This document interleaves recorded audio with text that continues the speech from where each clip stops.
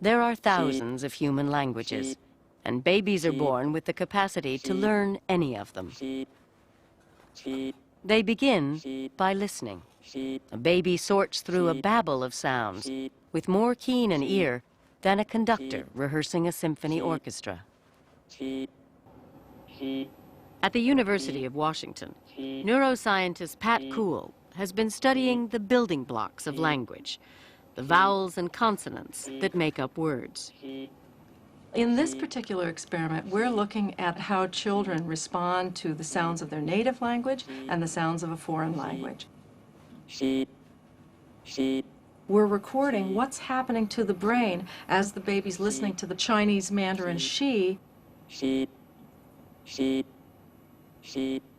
And then what happens to the brain when that sound is changed to this Chinese Mandarin chi sound.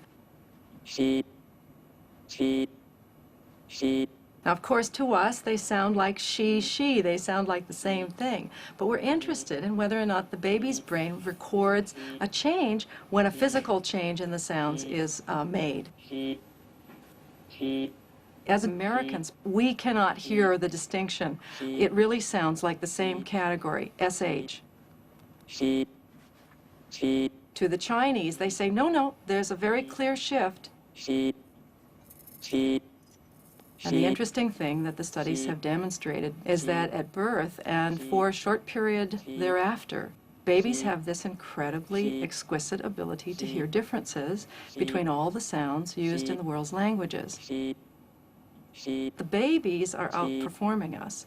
I like to refer to them as citizens of the world in the beginning. And of course, we're not citizens of the world. We're quite culture-bound listeners. At 7 months, babies are still citizens of the world. But by the time they reach 11 months, they are citizens of a single country, specialists in one language. By 11 months, the babies are behaving like their parents. This baby is not responding to the change between she and chi. It's now she to the baby, just like it is for us as adults. The news is that by 11 months, we are not perceiving reality. We're not responding to the real differences that exist in the sounds. We're listening through this filter that was developed early in life as we mapped the sounds of our language during listening. Ba. Ba. The baby starts out with a keen ability to hear distinctions. Ready? Shall we do it again? The feat of development is to actually form categories and ignore some of those distinctions. Here goes the train. The ones that are great for a foreign language, but not for the language you're trying to master. 3. 3? And that ability has produced a brain that's a very, very different one than we saw just 4 months earlier.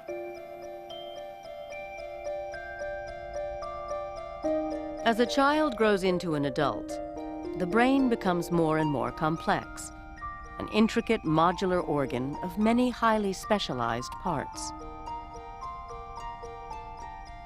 In nearly all adults, language finds its home in the left cerebral hemisphere. Vocabulary, grammar, comprehension are different language systems with their own neural circuitry. We have very little understanding about how this highly differentiated mosaic comes about. How did it get to be that way? That's what we want to know. Is it there at birth? Does it develop over time? What's driving the development? Is it based in our genes, or does it depend on experience? What we're going to be doing today is measuring the brain's response to words that she understands.